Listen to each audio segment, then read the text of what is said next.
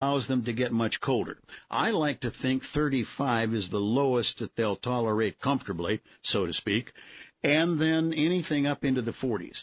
Now, I bring in things like the peace lily and the pothos and et cetera, when we get down into that high 40, 38 degree range, just in case the weatherman's wrong, and I always question that, but we won't go into that at the moment.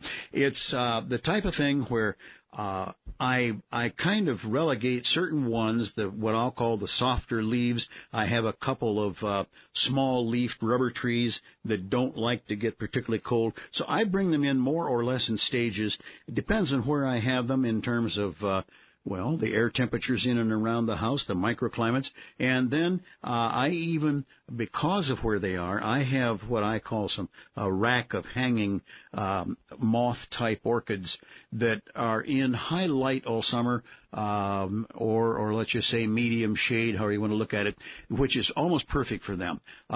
They run a medium green, seemingly when they're too dark green.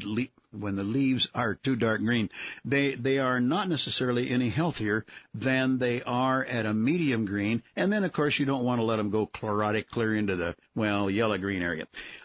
Minimal fertilizing and so on. I like, because of the experience I've had, and I've checked with a few other people casually, that to stay outdoors down into the mid-30s can seemingly help initiate the flower buds in orchids, in this particular kind of orchid.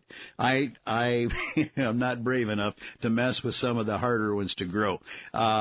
Whatever. But I would say then that we're coming right into that point. I think it got down to about 42 one morning a little while back, and I started to think more seriously about this, but then it's been running right at 48 and 50 in the morning, so I'm not in a hurry. However, at this point, and I'm going to call it almost mid-October, I start watching pretty carefully, listening to the newsman at 11 o'clock, and sometimes, in years past, I've reached out at 11:30 at night with a changed forecast where it sounds like it might get colder.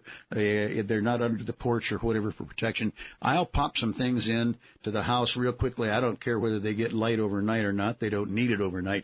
And they just come in, and then the next day or two, before they're in too limited a light, I start sorting out things. And then this year, I'm going to have to give away a few things. I'm not one to let them just up and die. There's something about that. Where I have duplicates, triplicates, it would not hurt. I don't have enough space, good space anyhow, in the house.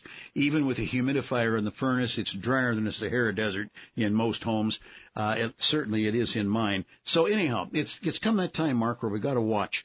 Be ready to bring them in, and if you can, right now is an excellent time to get an insecticide on them to stop the scales and the white flies and as best you can. And then they can be in or outdoors, in and outdoors for that matter, for the next 10 days. Spray them again and then bring them in. You probably will have a little less trouble with some things like fungus gnats and this kind of thing if you get a couple of sprays on them, and then do watch after you do bring them in. But right now, it's kind of a watch and see, time to spray insecticide. And when you're spraying most of the tropicals, the way their leaves fold out of each other, there can be insect eggs down in the folds more than up under the leaves in some other plants. So do spray to the point of runoff. Mm-hmm. And I don't mean you have to water the plant with spray, but at the same time, be sure in that most of the time you're using a contact insecticide, so you want to spray to the point of runoff, and then let that do whatever it will do for the plant.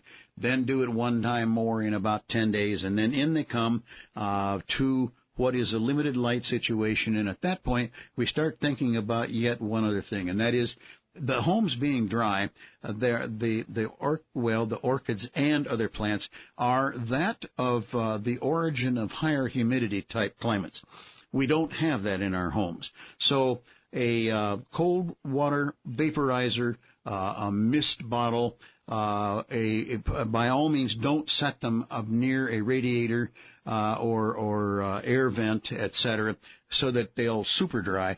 And then you're going to try to just simply maintain these plants over winter indoors. You don't really try to grow them. You cut back on the water to the point of keeping them moist enough to live. Mother Nature has cut back on the light with shorter days and then being indoors. So you kind of have to reacclimate these creatures, simply work to keep them alive, and then next May 15th, back out they go for a good growing season. You also gave me a tip a couple of years ago that worked out. I was telling you that I brought a couple of things in. I had a lot of gnats around them, and you said, you looked at me, you said, did you scrape the soil? That's like right. I told you? And I said, okay, no, I guess I didn't. But tell me about that again. What do? You take off a little bit of the topsoil? That's right, Mark. There are various creatures that are going to habit certain areas of the plant and or top of the soil. On the fungus gnats, and I don't really understand most of these creatures, but I know if you take off the top 16th to 1/8 of an inch of potting soil, literally scrape it off with an old broad blade knife, not necessarily sharp, just that or the edge of a fork or other instrument, a little toy trowel that some people have just for fun indoors. Just take off and literally dispose of that top 16th, 1/8 of an inch. You'll remove the eggs, etc., and then add some fresh topsoil over it, and that will help definitely cut down on the source of some of the fungus gnats and things, some of the white flies, etc. But white fly is a major one to watch. Sometimes you just best to dispose of the plant. We have an email we just got from Amber this morning, and she had a couple of questions. First off, she wants to know, is it too soon to plant her tulip bulbs? No. Now, it's sooner than you have to, but I don't think there's any reason to say that it's sooner. I've heard different bulb experts, people even raised in Holland in a corporate situation working with bulbs. Some say plant them early, get them in, get more root. Some say, I think a lot of people plant them too soon. They get too much root. They tend to break dormancy because they've already had a summer of being dry and cool. So I don't know. I would say mid-October certainly is a good time to get started, and I would try to be done with most of the bulbs by, not Christmas, but Thanksgiving time, so that they do go down in the ground, which is still running in the 50-degree range. There can be root growth right off of that bulb base, and they'll be situated and ready to roll in the spring. So, Amber, I would go on about it as is convenient for you any time now. And then, as I would say, try to be done by Thanksgiving time. She also wanted to know if she could prune her hydrangeas right now. Yes, most of them are, to follow the general rule. You prune plants after they bloom. Most hydrangeas are finished with bloom at this point. Few might be setting out a few flower buds, but I would say yes. Varietal differences will have some bearing on it, but I believe it is time that you can. However, even though there is a lot of discussion, or I've been involved in a lot of discussions over the years, of forcing a plant into growth by pruning, and the response to pruning is to try to grow, I would not be inclined to hurry into that process. I would wait till the end of October or after a good freeze or two, and then prune to your heart's content, get the job done. It might be just a hint too early for greatest safety, especially if we get into an Indian summer. Once again, our toll-free number, 1-866-PLANT-TALK with 2 T's. More from Fred up next. This summer at Franklin Park Conservatory and Botanical Gardens, the gardens are in full color. Welcome its tropical and native butterflies in flight in the indoor Pacific Island Water Garden. View the conservatory's bonsai collection and experience the exhibition Origami in the Garden. Find details at spconservatory.org.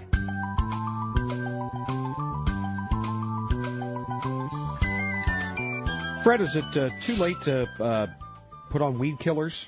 Well, Mark, no. Now, if you're trying to kill crabgrass, it's going to die with the first frost. It's an annual, so is foxtail and some of the others. I would not waste any effort and or cash on those. However, plantain, thistle, buckhorn, dandelions and on and on and on that are perennials. They come back just like a regular garden perennial from a crown, and its root structure from this summer's growth, they live over and come back and plague us next year. I think it's definitely okay. You won't get as thorough a kill as you might have earlier, but I see no reason not to go after those rascals. I have a couple of real winners that I have found recently back in here, there, in the next place. Dandelions that splay out at least a foot broad. So one of them was standing up to salute its neighbors. I think it was more than a foot across, and some other things. I shouldn't laugh, but having found those, and as green and succulent as they are, and a few of them even showing flower, I see no reason they couldn't uptake a lot of the good weed killers that are absorbed through the foliage, then by the plant's own structure. It's taken to the root zone, crown, etc. It starts to kill. Now, it may flat out kill them, but I know that in the case of things like not morning glories. Come on, my mind is went.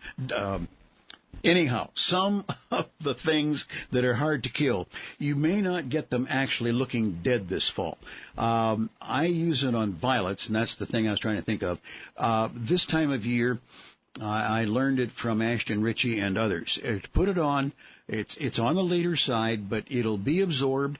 The plant may just simply suspend growth this year and then just not show up next spring, or be so weakened that one application with first growth next year will knock them on out. So I don't think it's too late. Now, I would go ahead and get the job done. I think by the end of this month, most of our common perennial type weeds will pretty much have ceased function, but between now and then, we've got 3 good weeks to go out and zap those rascals. Time to dig, store, dry out the roots, the root crops?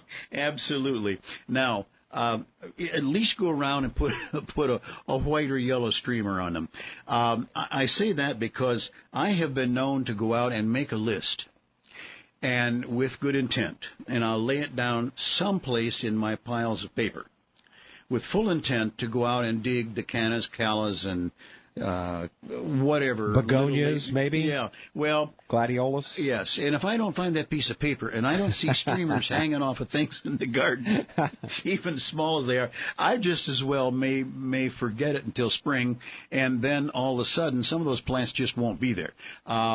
We've had a couple of winters where it was not so terribly cold that some of the things have stayed in and come back again. Gladiolus, for one, is always a surprise. They can handle some little bit of freezing.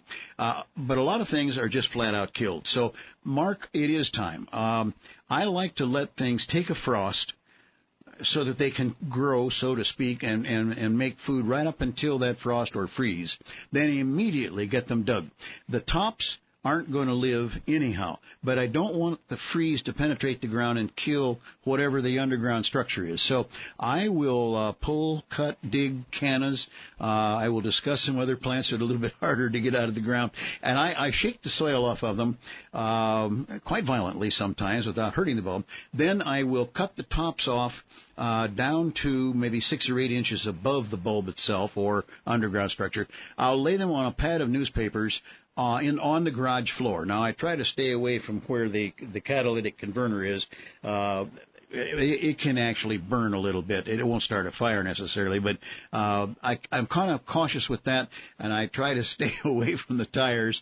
But at the same time, let them dry down, and then finish rubbing off the dry soil, and then I save grapefruit bags and orange bags and potato sacks and that kind of stuff from now to then. My wife says, wouldn't it be simpler to go buy them? But no, I'm I was raised during the Second World War where we didn't have things to reuse. So anyhow, it's time to start that process as soon as there has been what I call a top freeze.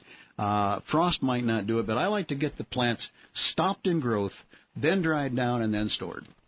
And if you have a question during the week, you can email it to Fred. Just go to our website, which is planttalkradio.com, and click on the Ask Fred button. Or you can email Fred directly, fred@planttalkradio.com. And again, you can also go to our website and listen to past shows or subscribe to our podcast on iTunes.